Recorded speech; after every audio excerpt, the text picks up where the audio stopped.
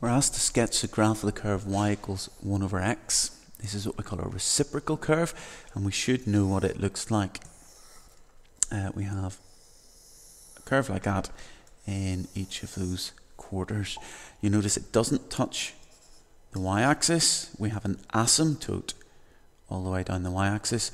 We have also this thing called an asymptote along the x-axis.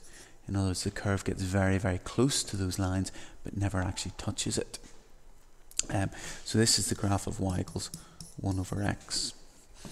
We're asked to, on the same graph, sketch the line y equals x minus 2. Again, we know what a straight line looks like. Just a few things to notice. When x is 0, y is minus 2. In other words, when x is 0, y is negative 2. But also when y is 0, then 0 equals x minus 2, so x equals 2. And so we have a straight line. We should know that the gradient is 1 anyway, but we should also put on the relevant coordinates on this.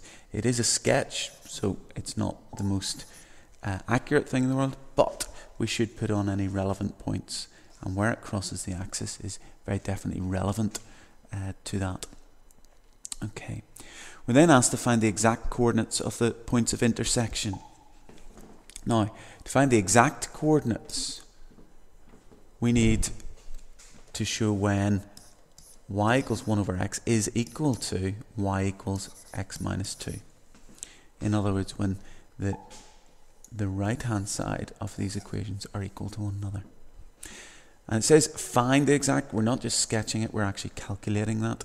So I'm going to multiply through by x. 1 equals x squared minus 2x. And you notice that's very like a quadratic equation. If I take the 1 to the other side, then I get a quadratic equation.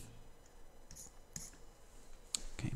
However, I cannot think of two numbers that multiply to give minus 1 and add to give minus 2. Had it been plus 1, we would have been okay. So a couple of ways to do this. One would be to complete the square in this, but another is to simply use the quadratic formula. And we know that x is equal to minus b plus or minus the square root of b squared minus 4ac all over 2a. And here our values of a is 1, b is minus 2, and c is minus 1. So let's fill that in. X is equal to minus b is 2 plus or minus the square root of b squared is minus 2 all squared, which, be careful, is positive 4. That value of b squared will always be a positive number. But minus 4 times 1 times minus 1 actually gives us plus 4. And we're dividing that by 2 times 1 by 2. So x is equal to 2 plus or minus root 8 all over 2. But just be careful here. Root 8 we can simplify. That's 2 plus or minus, it's the square root of 4 times the square root of 2, which is 2 times root 2. And so our values for x is, I can divide everything now by 2. It's 1 plus or minus root 2. Now just be careful, we're asked for the exact coordinates, okay, not just the x values. So we need to find the relevant y values.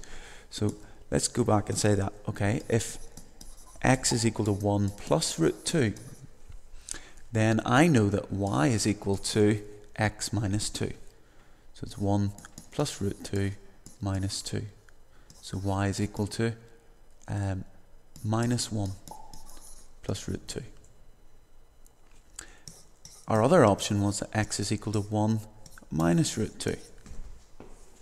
Well, we know again from this equation that y is equal to x minus 2.